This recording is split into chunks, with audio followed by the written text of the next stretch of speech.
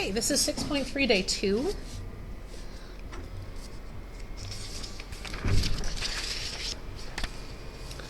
Okay, so we're going to convert from rectangular equation to a polar equation. So this is different. Yesterday we talked about coordinate points. So we made a point on a polar graph, or we made a point before that on just a regular XY system. So this is a little different. If you were going to write an equation for a line on a rectangular grid, we would just use regular notation. Y equals slope times x plus the vertical intercept. However, if you want to write anything on a polar graph, obviously you're going to be using slightly different notation. So that's basically what we're going to do today. We're going to figure out how to write an equation if the graph that we're graphing on is a polar graph. So, all right. So what do we do if we have this kind of a graph? Obviously, this will be a line in regular rectangular notation. Now, x equals r times the cosine of theta, and y equals r times the sine of theta. We learned this yesterday. So this one actually is fairly simple. I'm just going to replace x with r cosine theta minus, and I'm going to replace y with r sine theta and set that equal to 6.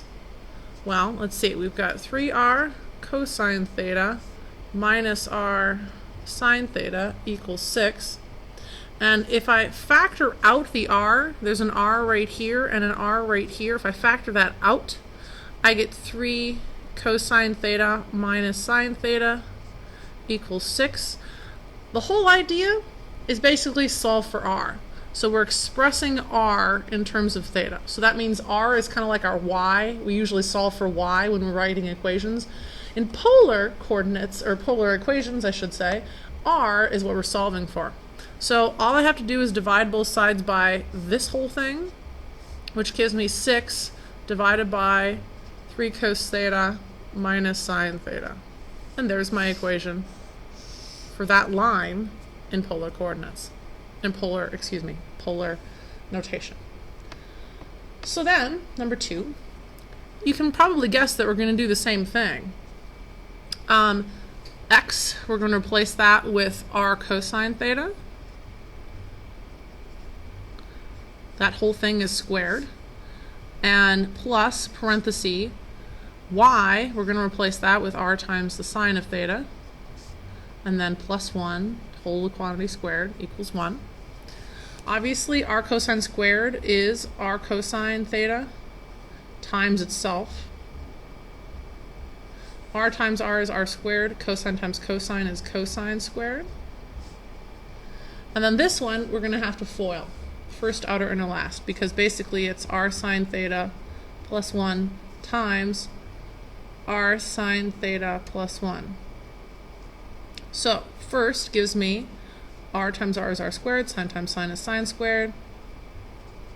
The outer and the inner are both going to be r sine theta, so 1 times r sine theta is r sine theta, and then 1 times r sine theta for the inside, r sine theta. And then obviously the last two, multiplying 1 times 1 will give you 1. Sorry. There we go. All right, and then I'm going to consolidate these two. If I add those two together, I have 2 r sine theta. I'm also going to subtract 1 on both sides. So if I subtract 1 here and subtract 1 here, this goes away, and 1 take away 1 is 0. These two, I'm going to do what I did on question number 1. I'm going to factor out something that they have in common. And what is that thing? It's the r squared. So if I factor out the r squared, I have cosine squared plus sine squared. What's cosine squared plus sine squared? Well, in the Pythagorean identities, that's 1, isn't it? So I get r squared times 1 plus 2 r sine theta equals 0. Okay, again, I've got something where I have some r's in common. The first term is r squared, The second term is 2r sine theta. So again, I can look at these two and factor out an r. So I would get r times the quantity r plus 2 sine theta. And since they're equal to 0, I can set each one of those equal to 0 one at a time. So we have one equation that would be r equals 0, and the other equation, all I would really have to do is subtract 2 sine theta on both sides, and I would get r equals negative 2 sine theta. So it's kind of like you get two equations out of one. It's not really solutions, but we find it in the same way that we would find solutions, by setting parts equal to 0. It's just we don't get regular numbers, we just get expressions here.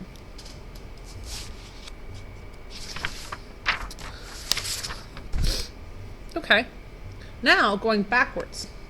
If we have stuff like this, we want to get back to a rectangular expression or equation. Going backwards. Okay.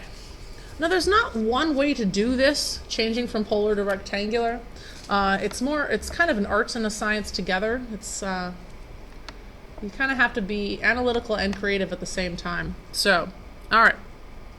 What do we want to do? Well, we want to get back to x's and y's instead of r's and thetas. So there's different ways to do that. These are the tools in your toolbox. I wrote them right here so you can choose which tool you want to use. Those are the 4 of them. So if I want to say that I want to get rid of r, what I can do is I can first say, well, I don't really have any equation up here that tells me what r is, but I do have an r squared. So I'm going to square both sides. R squared equals 4 squared. So r squared equals 16.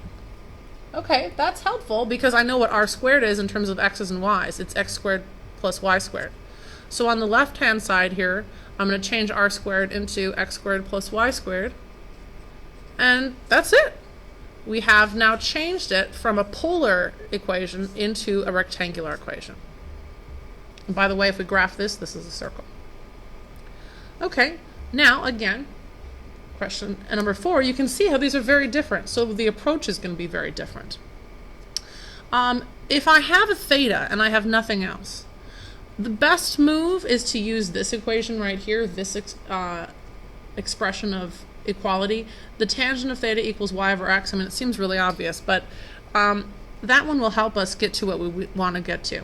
So if I say that the tangent of theta equals y over x, and here I know that theta is 3 pi over 4. What is the tangent of 3 pi over 4? Well, 3 pi over 4 would be in the second quadrant. It is over here. It is pi over 4 away from the x-axis, which means that this would be positive root 2 over 2 and this would be negative root 2 over 2. So if I made the fraction between those, positive and the negative of the same value, and I divided, wouldn't I get negative 1? Yeah. So the negative 1 is this side right here. It is the tangent of 3 pi over 4. So that right here is negative 1. What does that equal? It equals y over x. All I have to do now is multiply both sides by x, and I get y equals negative 1x.